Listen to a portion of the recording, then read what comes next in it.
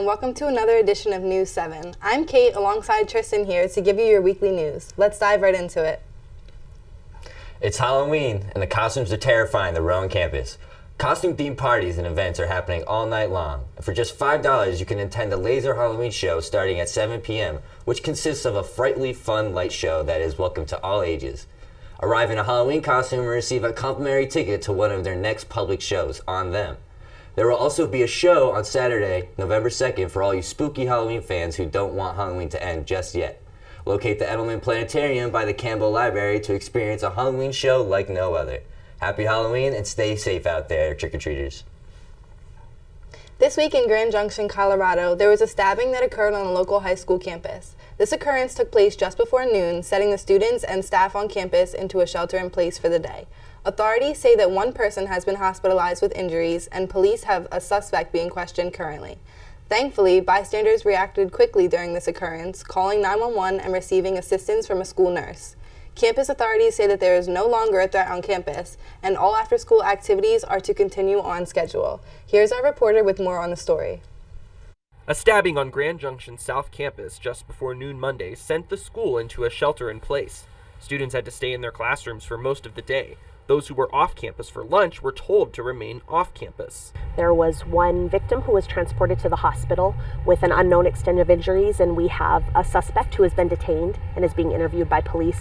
The school was in lockdown for a short period. It will remain in shelter in place out of an abundance of caution. School district officials say authorities were called right away. Immediately, we had someone call 911, and we brought the school nurse out, and we had law enforcement responding, and so everything happened really fast. We had a really fast response time. After-school activities were not disrupted by this incident. There are no plans to cancel any after-school activities, so we'll still have the freshman football game today, all the practices, all still on schedule and in the same places. Law enforcement officials say concerned parents should register for emergency alerts to stay on top of situations like this. We understand how frightening it is as a parent to find out that there's something going on at your child's school. We really urge parents to make sure that they are registered for emergency alerts, both through the school district and through the Grand Junction Regional Communications Center for exactly this reason. In other news, commuting students around Rowan campus are struggling to find parking spots as they fill up in no time.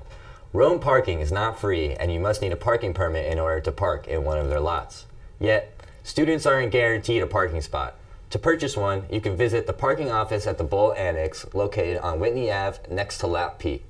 There are parking lots all around campus, lettered and easily found by looking at the Rowan campus map. As easy as it is to find these lots, finding a spot in them could take some time. Just take it from a commuting student, quote, "I was looking for a spot for about an hour," end quote. And for that, I advise students to leave their classes extra early so they don't show up late. This is not the only thing that the university has done to throw students off guard. Here's Joe with the story on Rowan's switch from Topingo to Grubhub.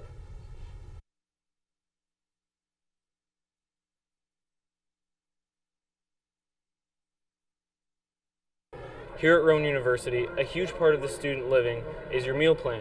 Recently, the app that students order food through on their phones has changed from Tap and Go to Grubhub, and we're going to see students' opinions on it. What's your opinion on the switch from Tap and Go to Grubhub? Honestly, I don't see a difference in either of them. So I'm a commuter, I don't have a meal plan, so I only use it a short period of time sometimes, so it's like the same thing.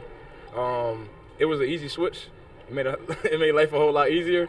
And that's pretty much it. I liked Topingo better because I thought it was less complicated to operate. Personally, I like it a little bit better. Grubhub app is more modern, I'd say. The Topingo app is more like old school, like iPhone 4 type thing. Grubhub is the GOAT. I love it. I feel as though Tap and Go was a lot easier. It was a lot quicker. It made everything simpler. It was less hassle switching over to Grubhub, understanding the bag. You just hit. Everything's there. It's done. So clearly, a lot of students have a lot of different opinions on the switch to Grubhub, and they're all very valid. Back to you in the studio. Thanks for that, Joe. Now let's swing it over to Corey for the latest on news entertainment. Thanks, Kate. Despite recent controversies related to the film, Joker has passed $900 million in the box office. The film that garnered much disdain from critics and detractors alike, claiming that it promotes gun violence and anarchy. Critics and other media outlets tried to suggest that the general public should not see the film, but those criticisms clearly failed. The most impressive thing is that not a single penny of the revenue came from China. The film shows clear themes of revolution and rebellion, which due to the current political climate in China, it was not aired in Chinese theaters. In the last few weeks, video game loot boxes have become a matter of great debate in political hearings. Loot boxes are virtual, randomized rewards that people can buy with real money. The issue is that children are being preyed on by this system. The United Kingdom and other European countries are considering putting restrictions on these types of microtransactions, as it can be considered as gambling, unregulated gambling at that. These systems are greatly disdained by the wider gaming community and has even led to boycotts of games that are known to have these types of mechanics. Well-known video game giant Blizzard under heavy fire for banning Chinese pro Hearthstone player Blitzchung after he expressed support for the protests in Hong Kong. At the end of a Hearthstone match, Blitzchung put on a gas mask, a symbol for the protests in Hong Kong, and proclaimed, "Liberate Hong Kong, revolution of our times." This resulted in his immediate ban from the tournament and has had his winnings revoked. Blizzard is under heavy scrutiny as it seems that they censored a player because of the wishes of the Chinese government. Disdain for the company has gotten so bad that some of Blizzard's own employees have walked out in protest. Back to you.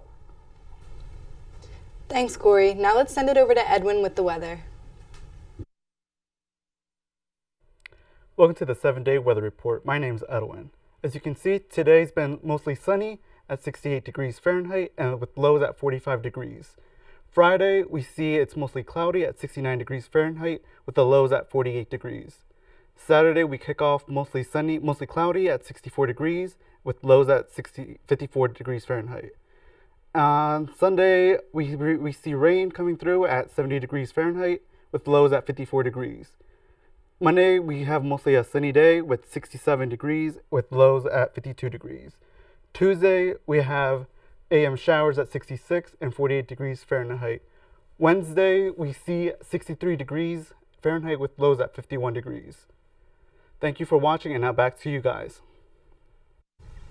Thanks for tuning in to this week's edition of News 7. I'm Kate.